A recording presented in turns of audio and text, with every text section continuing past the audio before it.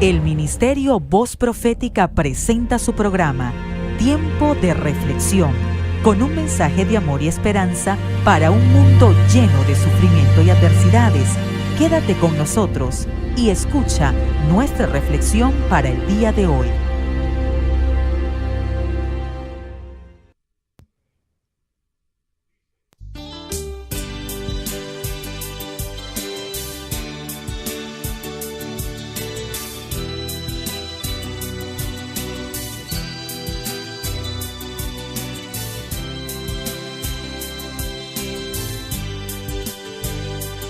Yo no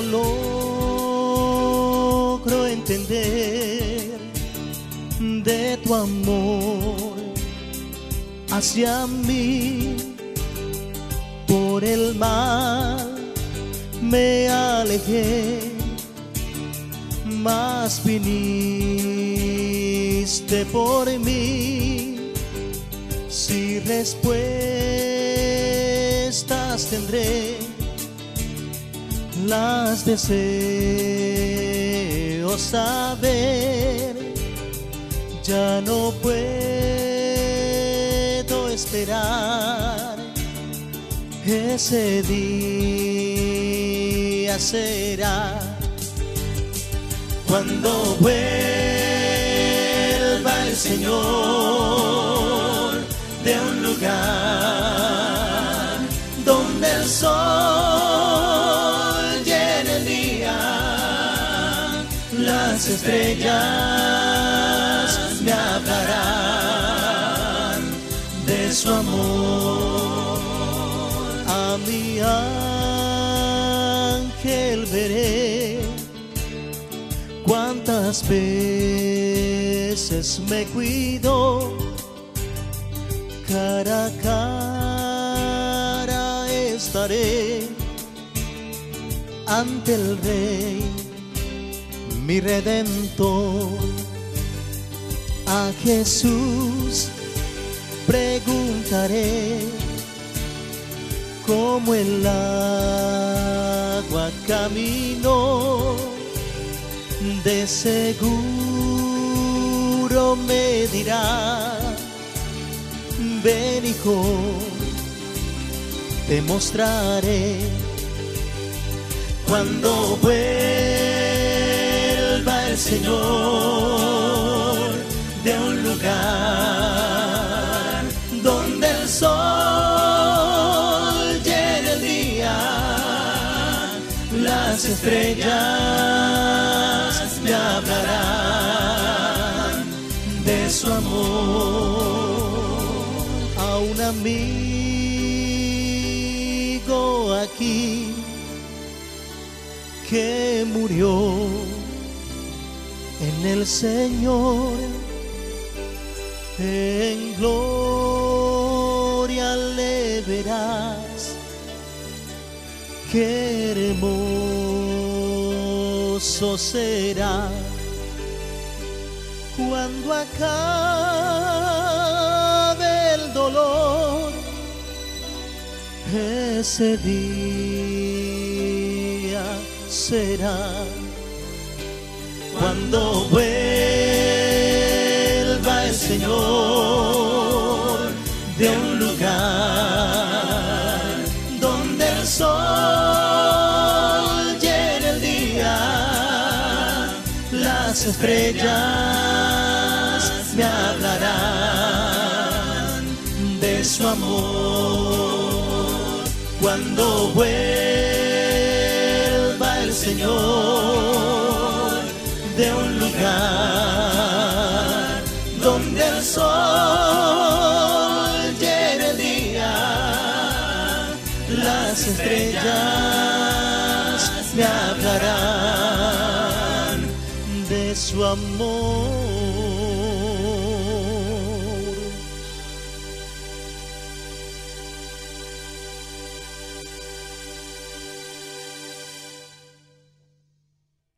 Hola queridos, en esta oportunidad hemos de compartir nuevamente la palabra de Dios. Hemos de compartir capítulos emocionantes que nos presentan a Jesús.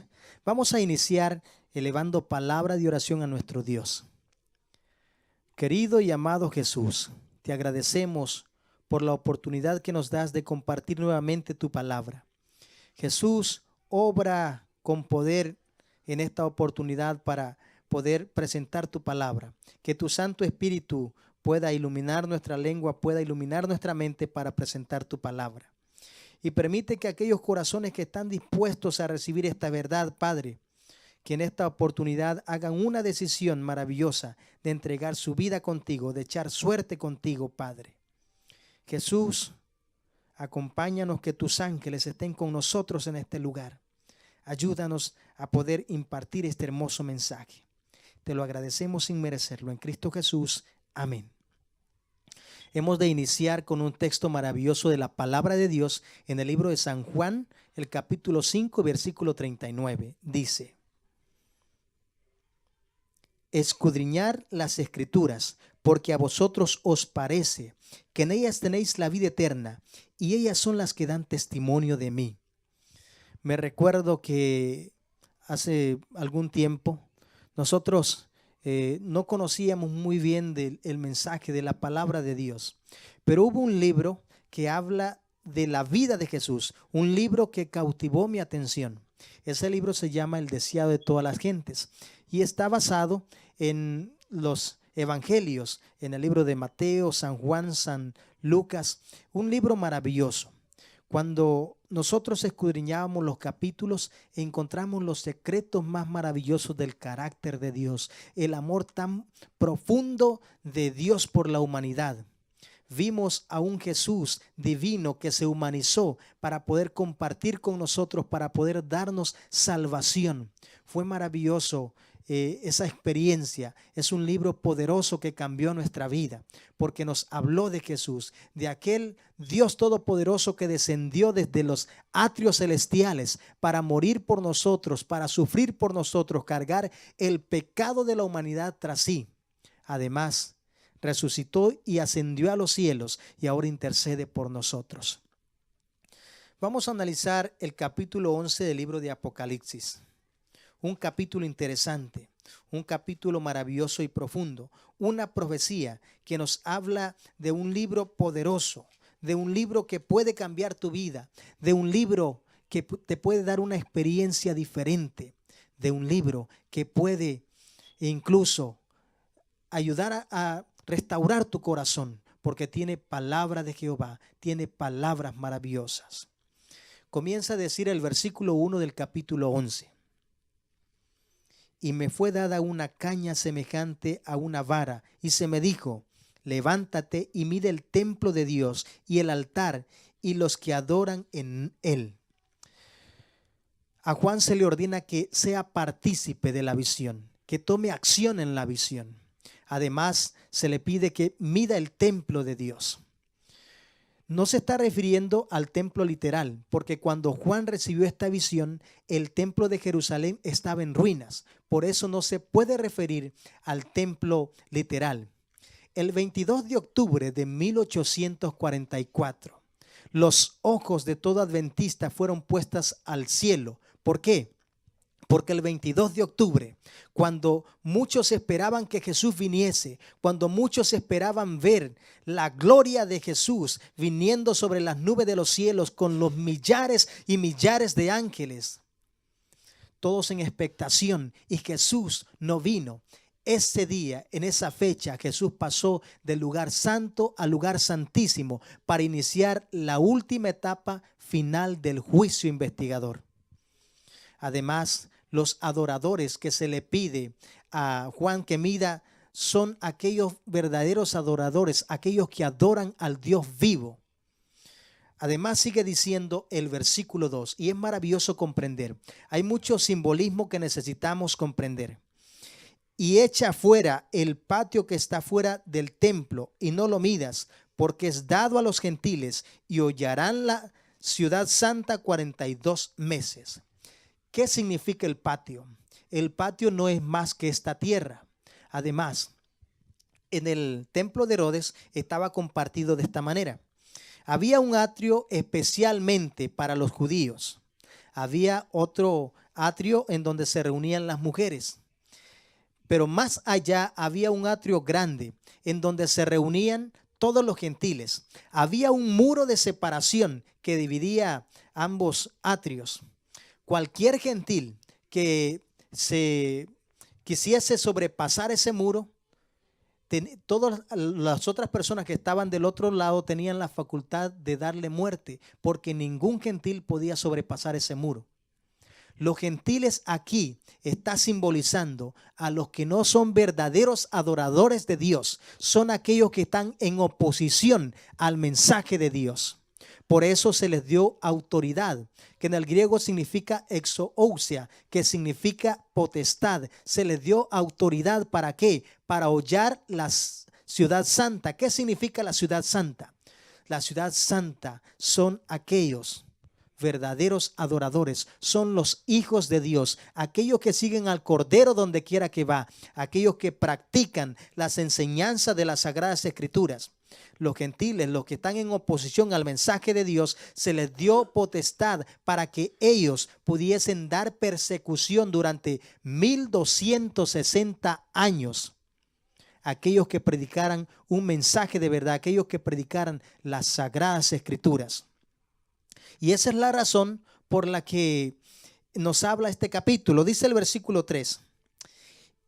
Y daré a mis 2 testigos, y ellos profetizarán por 1260 días, vestidos de sacos. Este es el mismo periodo de 42 meses.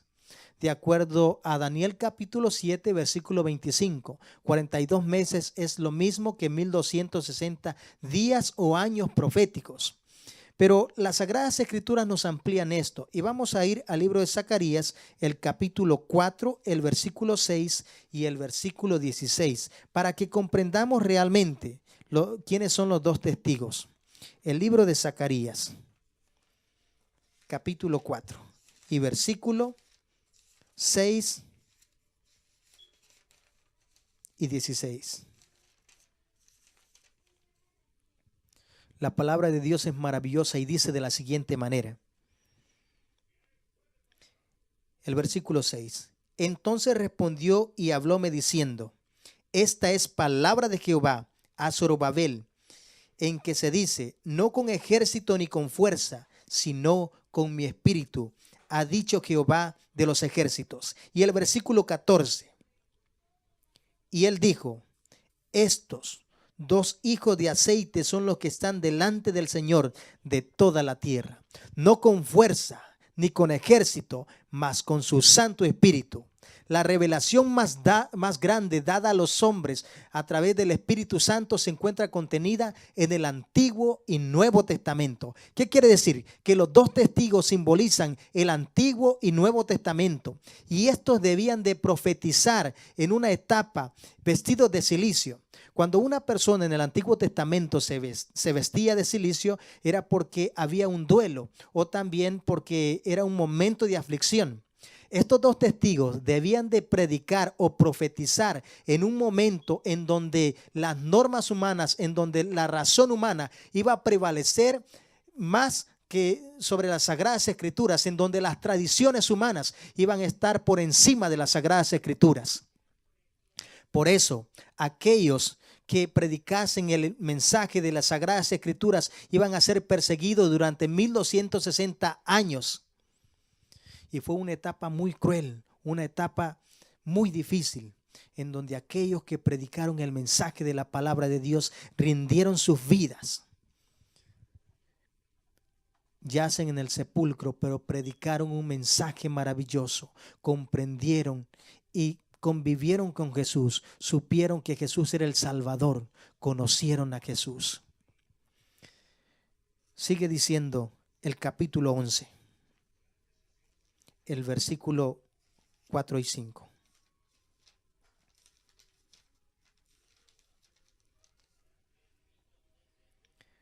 Estos son los 2 olivos y 2 candeleros que están delante del Dios de toda la tierra. Y si alguno quisiere dañar, sale fuego de la boca de ellos y devora a sus enemigos. Y si alguno les quisiera hacer daño, es necesario que así sea muerto. El versículo 6. Estos tienen potestad de cerrar el cielo que no llueva en los días de su profecía, y tienen poder sobre las aguas para convertirlas en sangre y para herir la tierra con toda la plaga cuantas veces quisieran. Algunos han interpretado que los dos testigos se refiere a Elías y Moisés, porque hay características que presenta el versículo 5 y 6 e incluso el versículo 7. Las escrituras tienen tal potestad, e incluso los que dicen que representa a Elías, porque ustedes se recuerdan que cuando Elías citó a los profetas de Baal para que ellos comprendieran y hacer que el pueblo de Israel volviese a la adoración del Dios verdadero, cuando Elías oró a Dios, descendió fuego del cielo y consumió el holocausto que él había preparado. Y en otra ocasión, cuando el rey mandó para que se capturase a Elías, venían aproximadamente 50 soldados a capturarlo. Pero en ese momento dijo Elías: si yo soy profeta de Jehová, que descienda fuego del cielo. Y descendió fuego del cielo y consumió a los 50 soldados. Nuevamente el rey volvió a enviar otros 50 soldados. Descendió fuego del cielo y volvió a consumirlos. La tercera vez, aquellos soldados supieron que Elías era un profeta de Dios. Además, también cuando Elías intercedió para que no lloviese, se cerró el cielo y durante un periodo no cayó ni una gota de agua. Por eso algunos consideran de que se está refiriendo a Elías, y otros también hacen alusión a que también representa a Moisés. ¿Por qué? Porque si ustedes se recuerdan que la primera plaga que cayó sobre Egipto fue la plaga de convertir el agua en sangre. Además, cuando el faraón endureció su corazón y no quiso liberar al pueblo de Israel, entonces Dios les mostró, Dios les enseñó que era necesario que comprendieran el poder de Dios, que comprendieran a Jesús, que comprendieran que con el Dios que estaban combatiendo era el mismo Dios del cielo, era el mismo Dios todopoderoso. E incluso hay detalles interesantes porque cada plaga tiene un significado, porque los egipcios adoraban a varios dioses y cada plaga que cayó sobre Egipto era dirigida hacia uno de esos dioses para que comprendieran que no había ningún otro Dios, solamente el Dios verdadero, el Dios del pueblo de Israel. Por eso muchos hacen alusión a que también representa a Moisés. La Biblia tiene características maravillosas y poderosas. En este momento tú puedes abrir las Sagradas Escrituras y leer un texto maravilloso que te cautiva, un texto que penetra tu corazón y comienza a herirte, a hacerte comprender a través del Espíritu Santo en que necesitas volver a Jesús, que necesitas volver a sus caminos. La Biblia tiene palabras maravillosas y tiene la palabra de Jehová. Cada uno de sus preceptos, cada uno de sus versículos es la palabra de Dios dada a los hombres. Son promesas maravillosas que nos confortan, que nos alivian. Además sigue diciendo el versículo 7, el versículo 8. Dice el versículo 7: y cuando ellos hubieran acabado su testimonio, la bestia que sube del abismo hará guerra contra ellos, los vencerá y los matará. ¿Qué simboliza esta bestia? Esta bestia está representando a Francia.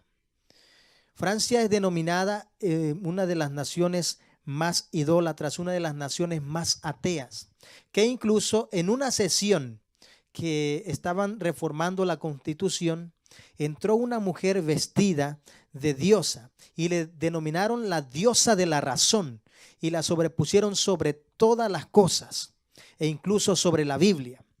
Y el 7 dice un detalle interesante: y cuando ellos hubieran acabado su testimonio, la bestia que sube del abismo hará guerra contra ellos, los vencerá y los matará. Y hubo una persecución tan terrible en Francia contra aquellos que predicaban el mensaje de Dios, que incluso ellos adoptaron normas para abolir la religión. No se permitía ni siquiera que circulara ningún folleto de la palabra de Dios. Ahora sigue diciendo el versículo 8: y sus cuerpos serán echados en las plazas de la gran ciudad, que espiritualmente es llamada Sodoma, y Egipto, donde también nuestro Señor fue crucificado. ¿Por qué menciona estos dos nombres? ¿Por qué espiritualmente se denomina Sodoma? Sodoma no es más que símbolo de atrocidades, no es más que símbolo de degradación moral.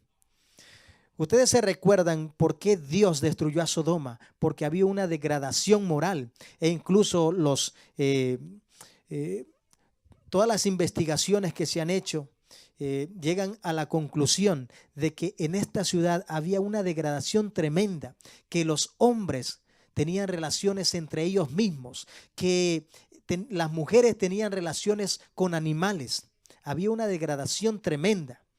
Además, es también en sentido espiritual denominada Sodoma y Egipto. Ustedes conocen muy bien la historia en el Antiguo Testamento. Egipto es denominada como una ciudad atea. ¿Por qué? Porque ellos creían que habían otros dioses y no adoraban al Dios verdadero. Ellos no creían en el mismo Dios eterno. Por eso se le denomina de esta manera.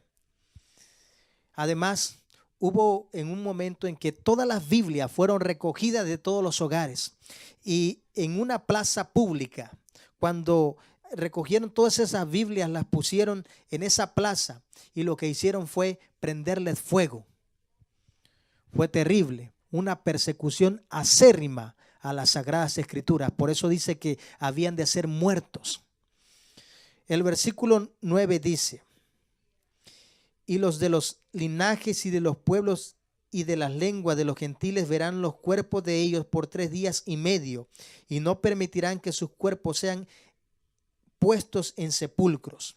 Ahora, hay otro detalle maravilloso, porque estos testigos habían de ser muertos, habían de ser exterminados. Las Sagradas Escrituras posiblemente iban a ser erradicadas para que ninguna persona pudiese tener la oportunidad de leerla y convencerse por él mismo que era el mismo testimonio de Dios. Pero aquí hay un detalle maravilloso en el versículo 11 y dice de la siguiente manera: y después de 3 días y medio, el Espíritu de vida enviado de Dios entró en ellos y se alzaron sobre sí sus pies y vino gran temor sobre los que lo vieron. Maravilloso y poderoso, porque además sigue dando características. Estos testigos fueran ensalzados hasta las alturas de los cielos. ¿Por qué? El 26 de noviembre de 1793 se pusieron muchos obstáculos e incluso hubieron muchas aboliciones contra la religión. Pero el 17 de junio de 1798 se quitaron todas estas restricciones sobre la religión y entonces se permitió que las Sagradas Escrituras circulara con poder, que las Sagradas Escrituras pudiesen leerla toda persona que quisiese tener una Biblia en su casa. Además, es interesante porque durante ese periodo se dio apertura en 1804 a la primera Sociedad Británica Bíblica, en donde se comenzaron a procesar las Sagradas Escrituras y a traducir en muchos idiomas. Y también surgió la Sociedad Americana. Dios ensalzó las Sagradas Escrituras. Aquellos que quisieron destruir este testimonio comprendieron que luchaban no contra el hombre, sino contra Dios. Porque después de que Francia había rechazado este testimonio, ellos sufrieron tremendos problemas, sufrieron una revolución tremenda, porque habían rechazado el mensaje de la palabra de Dios. Los testigos fueron ensalzados.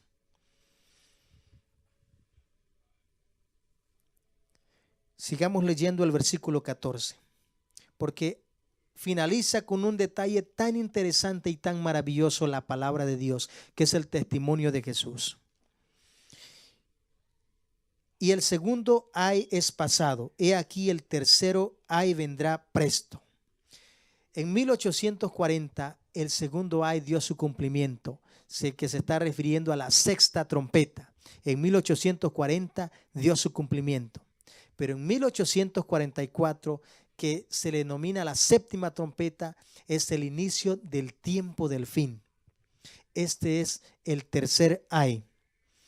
Y el séptimo ángel tocó la trompeta y fueron hechos grandes voces en el cielo que decían: los reinos del mundo han venido a ser los reinos de nuestro Señor y de su Cristo, y reinará para siempre. Ahora, aquí hay detalles interesantes en el final de esta visión. ¿Por qué? Porque cuando Jesús finalice la intercesión en el santuario celestial, entonces el Padre le dará todos los reinos del mundo. Entonces el Padre tendrá la potestad de gobernar sobre todo el universo, sobre toda la tierra. Además, dice el versículo 16, y los 24 ancianos que estaban sentados delante de Dios en sus sillas se postraron sobre sus rostros y adoraron a Dios, diciendo: te damos gracias, Señor Dios Todopoderoso, que eres, que eras y que has de venir, porque has tomado tu grande potencia y has reinado. Está presentando el momento exacto a cuando Jesús reciba toda potestad sobre los cielos y sobre la tierra. Cuando Jesús ascendió a los cielos después de haber muerto y después de haber resucitado, en aquel monte, cuando los discípulos fueron aproximadamente 500 personas a despedir a Jesús, Él ascendió a los cielos y una nube de ángeles comenzó a cantar un canto maravilloso. Y las puertas del cielo se abrieron. Hubo un gozo maravilloso porque Jesús había vencido, porque Jesús ahora había ganado cada una de nuestra salvación. Nos daba la oportunidad de ser salvos. En esta otra oportunidad en la visión, cuando Jesús finalice de interceder por nosotros en el santuario celestial, habrá una fiesta tremenda porque los 24 ancianos van a postrarse y adorar a Dios. Los 24 ancianos van a rendir alabanza y honor a nuestro Padre celestial, porque en ese momento el Padre le dará toda potestad. Además, hay una recompensa maravillosa sobre todos aquellos que guarden el testimonio de Jesús, sobre todos aquellos que estudien las Sagradas Escrituras, sobre todos aquellos que prediquen el mensaje de las Sagradas Escrituras. Porque recuerden lo que mencionamos al inicio en San Juan 5:39. Estas son las que dan testimonio de mí. Realmente las Sagradas Escrituras dan testimonio de Jesús. Y esta es la recompensa maravillosa. Y se han airado las naciones. Tu ira es venida y el tiempo de los muertos para que sean juzgados y para que des galardón a tus siervos, los profetas, a los santos y los que temen tu nombre, a los pequeñitos y a los grandes, para que destruyas lo que destruye en la tierra. Es interesante porque entonces viene el juicio de ejecución, de dar galardón a cada uno de aquellos. Pero hay tres categorías maravillosas. Dice, de dar galardón a tus siervos, los profetas. Ustedes saben que los profetas son aquellos que hablaron por Dios, aquellos que presentaron el mensaje que recibían de parte de Dios. Estos tendrán un galardón. Pero también los santos. ¿Quiénes son los santos? Todos aquellos que murieron recibiendo el mensaje de salvación y predicaron con poder a los dos testigos. Además, hay otra categoría que presenta a los que temen su nombre. Y muchos se preguntarán, ¿quiénes son estos? Estas personas son aquellas que vivieron de acuerdo a la luz que recibieron, que tal vez ellos no se entregaron porque desconocían, pero vivieron de acuerdo a la luz que recibieron de la palabra de Dios. Los que temen su nombre, estos también recibirán galardón y además también recibirán juicio. Todos aquellos pequeños y grandes que no obedecieron, que rechazaron el mensaje de Jesús, que rechazaron el testimonio de Jesús, estas personas tendrán también su galardón. Y al final del capítulo, el versículo 19 dice: y el templo de Dios fue abierto en el cielo, y el arca del testamento fue vista en su templo, y fueron hechos relámpagos, voces, truenos y terremotos y grande granizo. El templo de Dios, que simboliza lo que dijimos al inicio, la etapa del juicio final, la etapa en la que cada nombre está siendo procesado en el cielo, cada nombre de cada persona está pasando delante de Dios y se dará un veredicto, ya sea para vida o muerte eterna. Y además el arca del pacto se vio en el cielo. Cuando a un judío se le preguntaba acerca del arca del pacto, el primer pensamiento que venía a su mente era la ley de Dios. ¿Qué quiere decir? Que en estos tiempos finales la ley de Dios tendrá una parte importante en la vida de cada ser humano. La ley de Dios sigue siendo vigente y también será el código por el cual Dios ha de juzgar a cada uno de aquellos que lo obedezcan y que no lo obedezcan. Querido amigo, las Sagradas Escrituras es el testimonio de Jesús. Si tú quieres tener un encuentro maravilloso con Dios, si tú quieres tener un galardón, que dicho sea de paso, ese galardón se otorgará a cada una de las categorías que hemos presentado en este momento, que será una vida nueva, que será la santa ciudad. Después de los 1000 años, estos recibirán la santa ciudad, vivirán para siempre con el Salvador, porque Él será la luz, no habrá ni sol ni luna, porque el resplandor de la gloria de Dios iluminará toda la ciudad. Si tú quieres recibir esa promesa maravillosa, si tú quieres vivir una vida feliz en donde ya no exista sufrimiento, muerte ni dolor, en donde ya no tengas que edificar casa y que otro venga y te la arrebate, en donde ya no tengas que plantar y que vengan aquellos que hurtan y te hurten lo que tú has cosechado, será una vida nueva en donde la muerte no existirá, en donde tú ya no podrás llorar por la muerte de tus familiares, en donde ya no podrás observar el sufrimiento, en donde no podrás observar más lágrimas ni dolor, porque todo eso habrá pasado. Ese será el galardón sobre todos aquellos que obedezcan las Sagradas Escrituras y que obtengan y que pongan en práctica el testimonio de Jesús. Yo te invito a esta hora que tú hagas una decisión. Echa suerte con Jesús y comienza a escudriñar cada precepto de la palabra de Dios y encontrarás la felicidad que tanto has buscado. Dios te bendiga.